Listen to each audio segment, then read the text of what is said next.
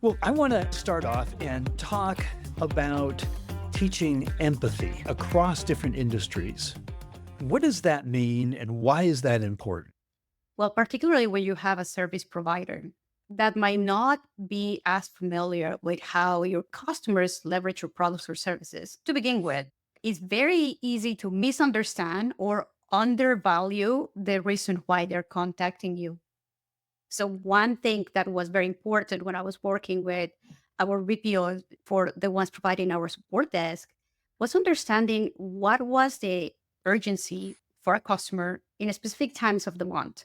And that's because I was working with a company that we did basically financial processes for hospitality. So, a ticket that comes to you mid-month about something not working might not be as urgent as when you're trying to close the month, and that's changed a lot of the impact. So teaching your BPO partners what are those critical moments or moments of impact in your customer journey are very important. So then in return, when they do receive communication or engagement or they have to get on a call with the client, they understand why this particular ticket or service desk item might be more critical at that time. And that can only come if they get empathy or they learned how to empathize with your clients.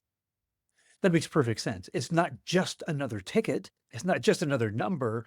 That ticket versus that ticket might represent somebody that's in a very different state and it might be very critical to them at that moment. It might be very, very important to them at that moment. That makes a lot of sense. So, how do you empower agents now that you're teaching them this empathy?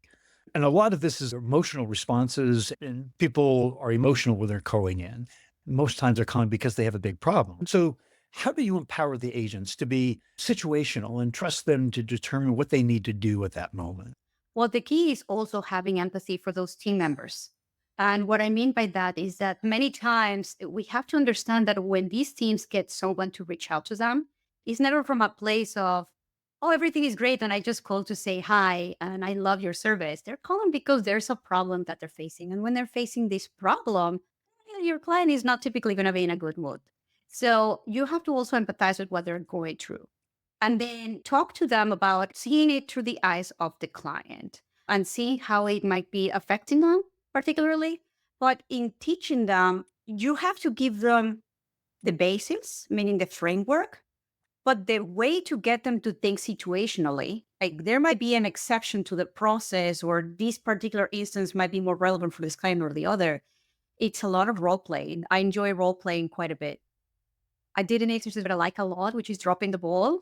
So you grab a tennis ball and basically you're the client. You say, I'm the client, you're support, and I'm going to send you a question and then you send it.